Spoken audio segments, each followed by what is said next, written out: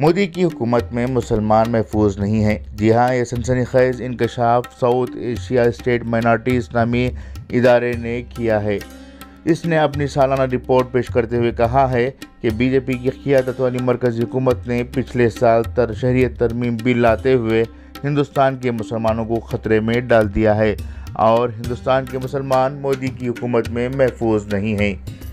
اس ادارے نے مزید کہا ہے کہ ہندوستان کے علاوہ افغانستان، بنگلہ دیش، بھوٹان، نیپال، پاکستان اور سری لنکا میں بھی اقلیتوں کے حالات ٹھیک نہیں ہیں۔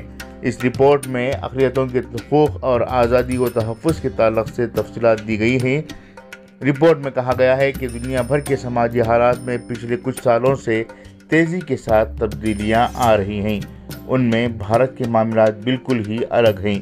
سال 2019 دسمبر میں شہریت ترمیم قانون میں مسلمانوں کو چھوڑ کر دوسرے مذاہب کے لوگوں کو شہریت دینے کے لیے جو قانون بنایا گیا ہے وہ انتہائی خطرناک ہے۔ قانون کو نافذ کرنے کے لیے بھارتی حکومت نے خصوصی رجسٹریشن ایکٹ نافذ کرنے کی بات کہی تھی۔ اس سے کئی مسلمان بے سہارا ہو سکتے ہیں۔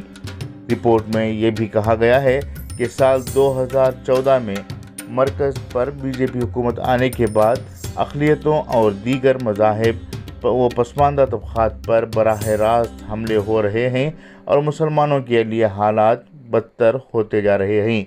سال 2019 مئی میں بڑی اکثریت کے ساتھ بی جے پی نے جو کامیابی حاصل کی ہے وہ اس کا غلط فائدہ اٹھا رہی ہے۔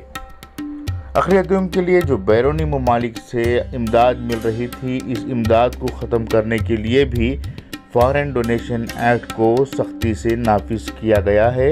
حکومت کے ظلم اور اکثریت کی زبردستی کے خلاف حقوق انسانی کے علمبردار وکلا، سماجی کارکنان اور جرنلسٹ کو حکومت نشانہ بنا رہی ہے اور ان پر بے جا مقدمات عائد کر رہی ہے۔ یہ تمام نکات خطرناک ہیں۔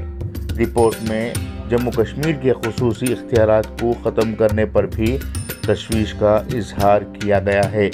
واضح ہو کہ اسی طرح کی ایک رپورٹ حال ہی میں امریکہ سے جڑے ہوئے ایک ادارے نے بھی پیش کی تھی۔ بیورو رپورٹ، انقلاب نیوز، بنگلورو۔